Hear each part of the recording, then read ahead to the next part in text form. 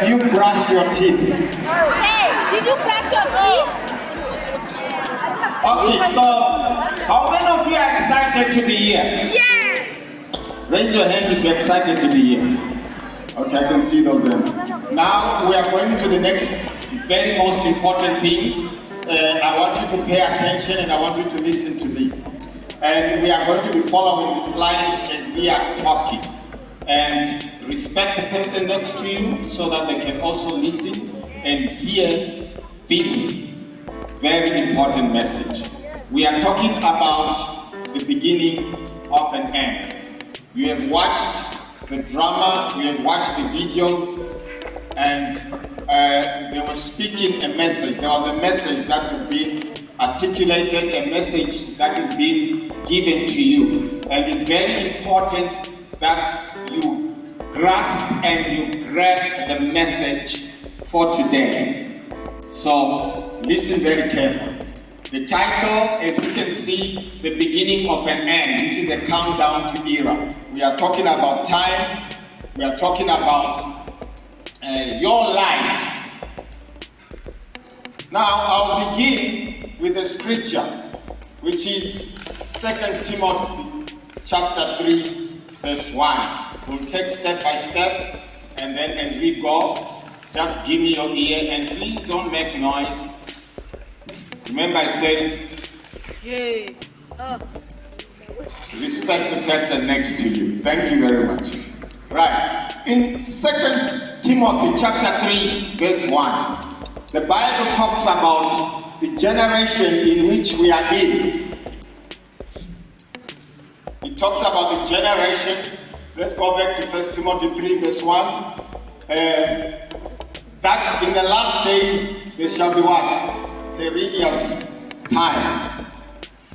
But understand this, that in the last days will come or certain perilous times of great stress and trouble. In other words, hard to deal with and hard to bear. Some of these things we experienced the flood just a few days ago.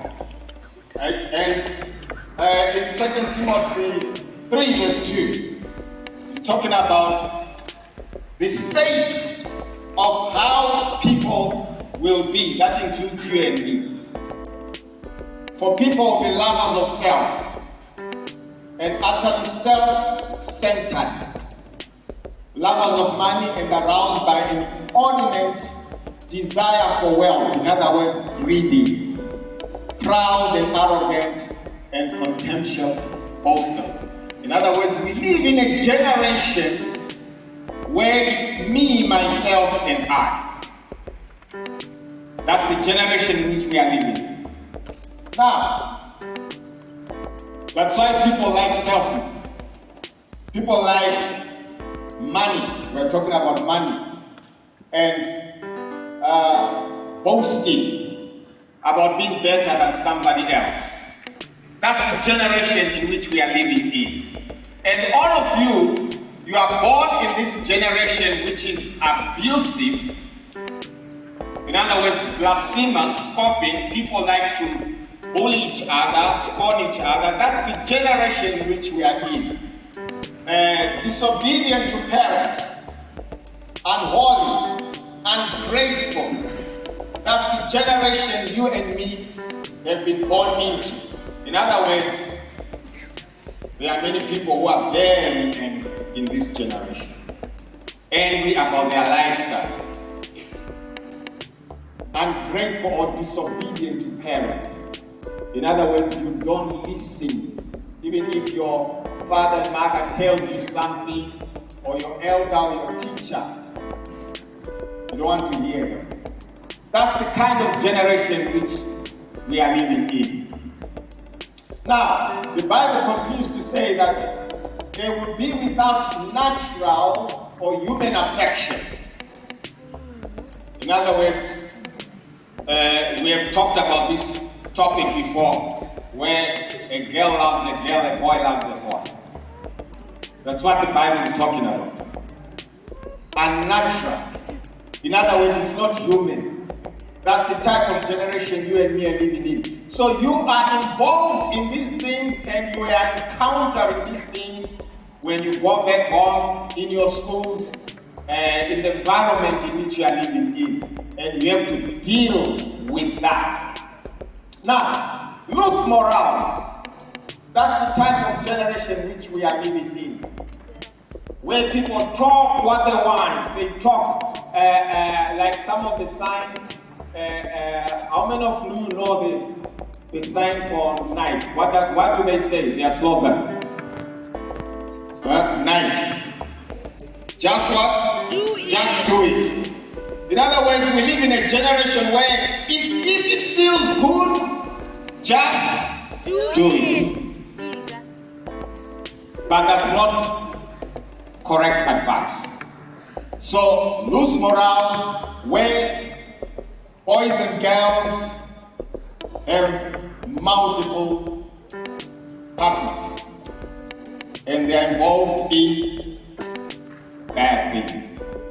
Tell the neighbor next to you, he's not talking about you.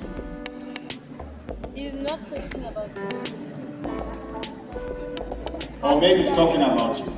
Now the Bible talks about a young man. A young man who succeeded. And I want you to catch this story and learn from it. Because most of you are coming from different backgrounds. You are coming from challenging backgrounds. And maybe your future might be uncertain. So I want you to listen and tell me a cue from this story and advice. Joseph was loved by his father, and his father made him a coat of many colors. In other words, he was the favorite of the father. And I'm sure some of you, maybe you are a favorite child, or you live in a generation where you are favorites. You've got many things that you have, which in our generation, when I was your age, I didn't even have a cell phone.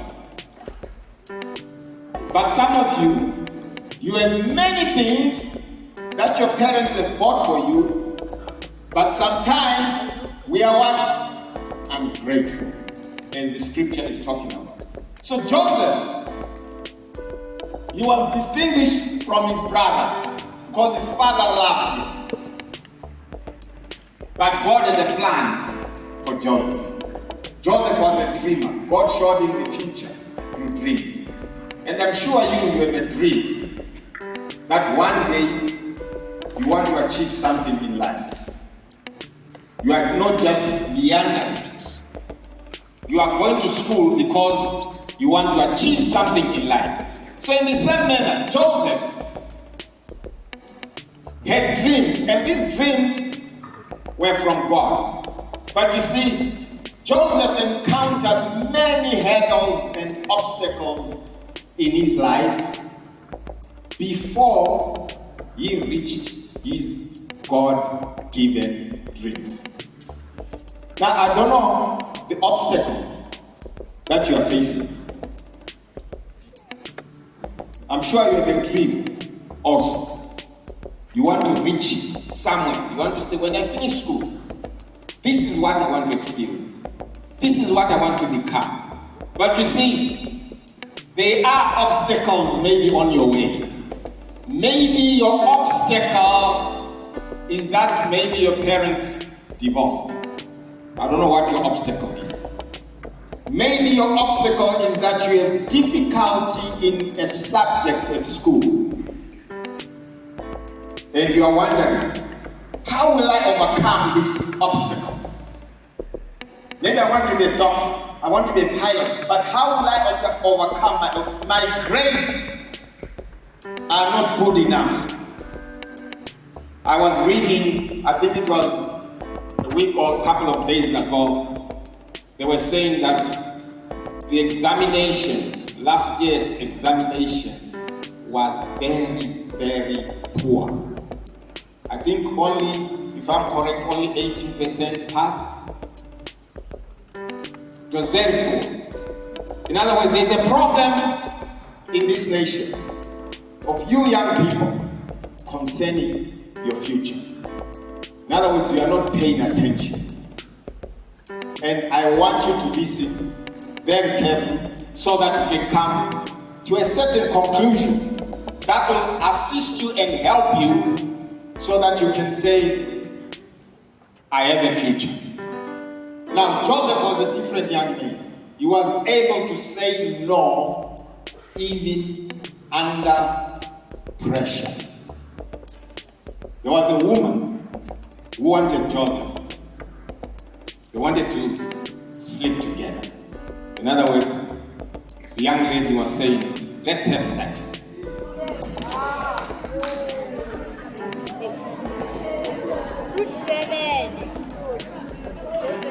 But this was a lady asking Joseph. But you see, Joseph was principled. Now we're going to discover why. If Joseph, and the Bible tells us that this lady was coming day after day. It wasn't a one-day thing.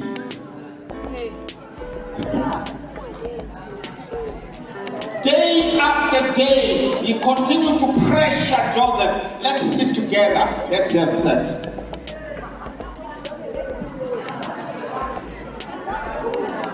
Now, okay, quiet. Maybe you are talking because somebody asked you that question.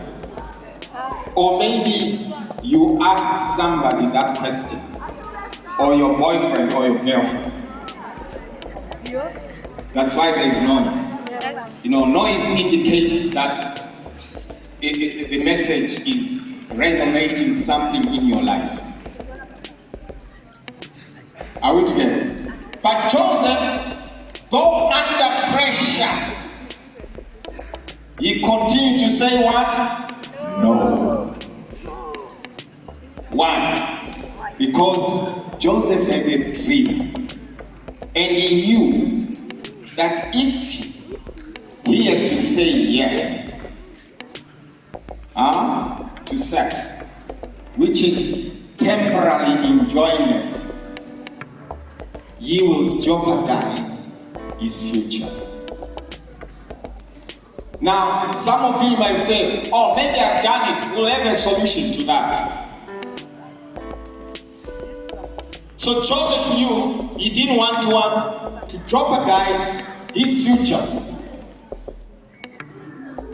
Like, the next slide is talking about what some of you encounter in your relationships.